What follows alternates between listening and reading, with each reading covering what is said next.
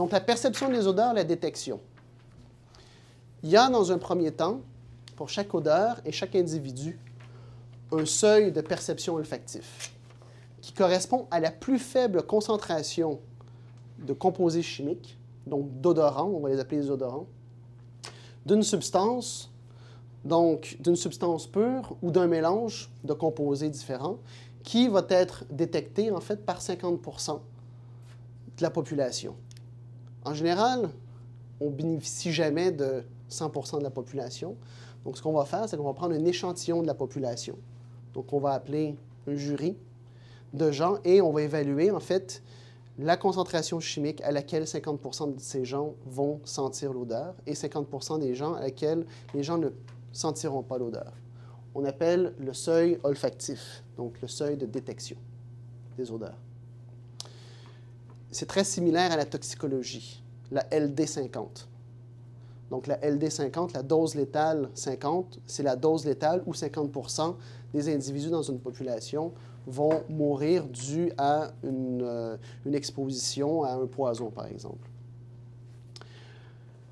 Le seuil olfactif, ce n'est pas une constante physique, mais c'est un estimé statistique valable pour des conditions données de la concentration, donc la quantité, la masse d'odorants qui va faire que 50% de la population va pouvoir le détecter.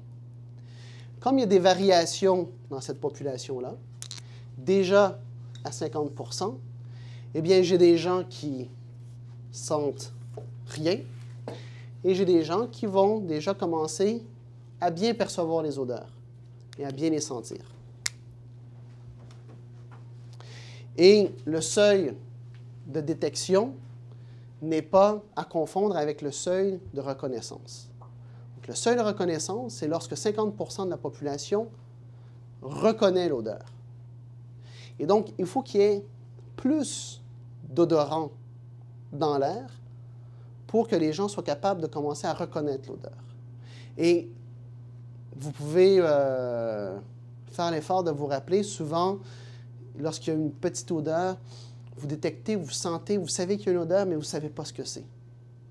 Et lorsqu'on augmente la concentration, et là, à ce moment-là, eh bien, vous allez pouvoir commencer à reconnaître l'odeur et dire « Ah, tiens, je sais qu'est-ce que c'est. Je suis capable de l'associer à l'odeur de chocolat, ou ainsi de suite. » Donc, ici, en fait, sur la courbe, lorsque je suis à 50% de perception, donc de détection des odeurs, eh bien, lorsque je suis 2 à 3 fois plus concentré, donc pour les gens qui sont 2 à 3 fois plus sensibles, eh bien, je vais avoir déjà des gens qui, ces personnes-là vont déjà, des individus qui, eux, vont déjà bien percevoir, en fait, bien reconnaître les odeurs. Donc, déjà, à une certaine concentration, on va déjà avoir atteint leur seuil de reconnaissance. Donc, mais c'est toujours des questions de moyenne de la population. Et c'est pour ça que lorsqu'on va faire des études environnementales ou des études de qualité de produit, on ne peut se fier à notre seul jugement, à notre seul nez. La mesure des odeurs, c'est toujours une mesure qui est statistique. Donc, on parle toujours d'un estimé statistique.